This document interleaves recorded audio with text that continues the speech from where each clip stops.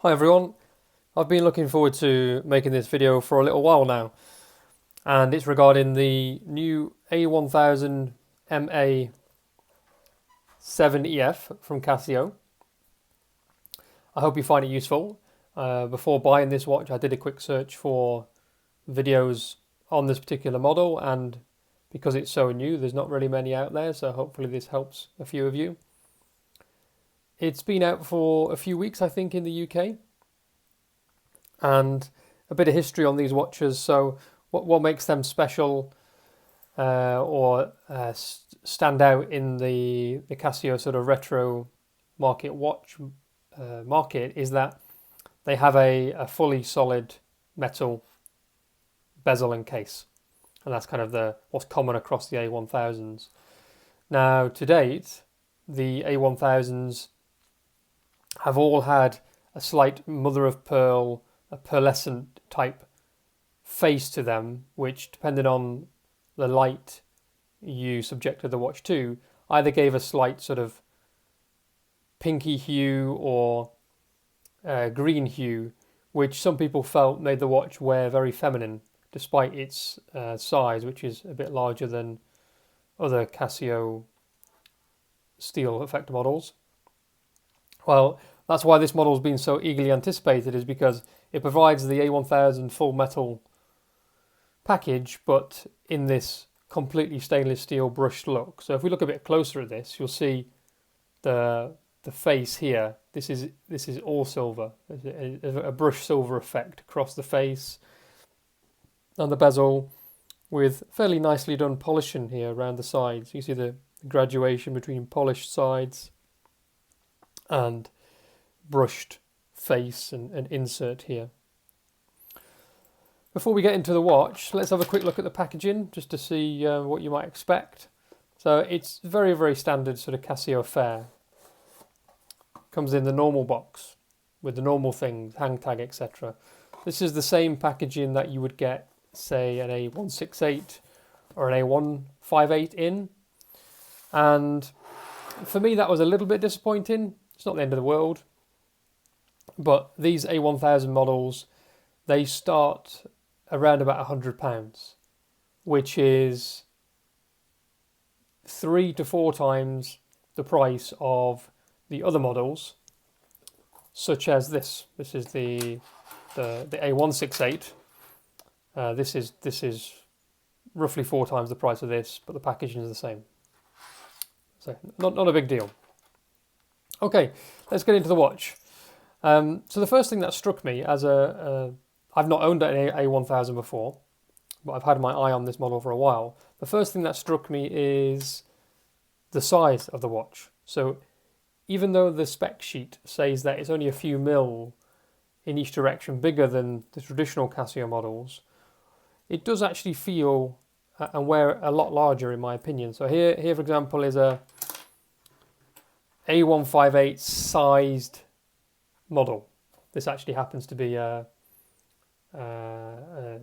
think it's A1 or A169 gold model. But this is the regular sort of size of the Casios of this type, and you can see here that it's definitely bigger. Now if we roll it round to the side here, you see that despite the increased size in the 2 dimensions, the thickness is not actually that different. In fact, it's actually a very thin watch. This A1000 is only 7.3 millimeters thick.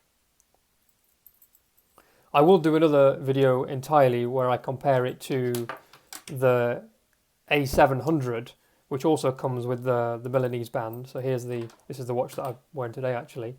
This is the A700 with the similar style band, but let's leave this comparison to the next video and focus on this watch. So you can see here, let's see how it wears on my 16 centimeter wrist. You can see it does wear bigger. It's still not a big watch at maybe only 38 mil. So let's give you my first impressions. The watch is noticeably heavier, and if you take the strap off, the additional weight definitely comes from the main unit of the watch. So the fact that all of this is metal, the lugs are metal, and the solid metal, not just a coated resin, you 100% feel that in the right place on your wrist. You feel it here. But that's not something that I particularly was bothered by in the other Casio models. I kind of liked that they were quite light, so that's not a sort of huge deal for me. If we look at the front of the watch, I'm not fully decided on this yet, but my initial opinion is that I'm not sure if they've used this space to the best effect. So you can see kind of you've got the main time display in the middle with some fairly muted grey text around there, but then there's a lot of blank space here. A lot of blank space, not really doing much. It's just solid metal, right? I don't know if that's because the actual unit inside is bigger, but yeah, I'm not sure. I'm not sure how they could have used this better. But for me, I see this very big border around the outside, and it's all one colour, all grey, grey, grey. Which, if that's the look you're after, then you'll love it. But it doesn't sing to me just yet. Another thing which jumped out to me is if you look at the lettering, you can probably see that as I tilt it. So the lettering is printed on the top layer of material. I'm not sure if it's printed on the top of the mineral glass or just below it, but it's not printed on the actual stainless steel base of what you see here. And that means you get this kind of slight shadow effect under the text, which means that most of the time when you look at the watch, the text just looks blurry. Now, of course, it's not blurry, that's just the effect. But for me, that's what I see when I look at the watch, which is, to me, that's not aesthetically pleasing. I do really like the overall look of the watch. I mean, it's sort of it's a watch which could pass in sort of casual settings and more formal settings because of that kind of all grey, all steel look. Let's pop it on my wrist and show you how the band looks when it's placed on the wrist.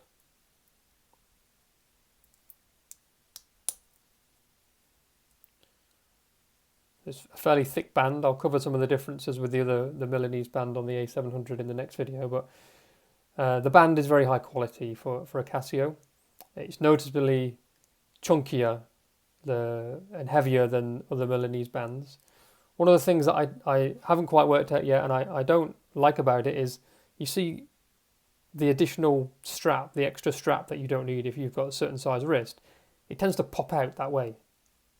And even if you tuck it back in, it pops out again. And that's one thing I don't like and haven't experienced with Milanese bands from Casio and other manufacturers. One of the things that I do like about the band, so we sort of zoom in on how it fixes to the case here. You can see it's got quick release on the pins. So you can just, without any sort of tool, you can pop your finger in there and you can take the band out very easily. That comes out, and same, you can pop it back, and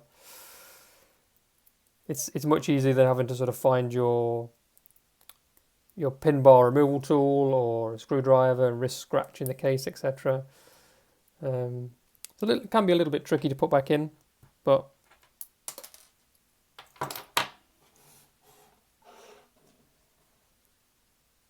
try that again, shall we? When I said it can be a little bit tricky to put back in, I didn't intend on shooting the spring bar across my table. Let's try that again. There we go. Okay, any other differences? Well, like I said, the chain link mesh material is very high quality. It's a thicker mesh. It reminds me almost of chain link armor that you see in sort of medieval knights. Kind of has a similar sort of weight and feel to it. I won't run through the features of the watch. They're all fairly standard.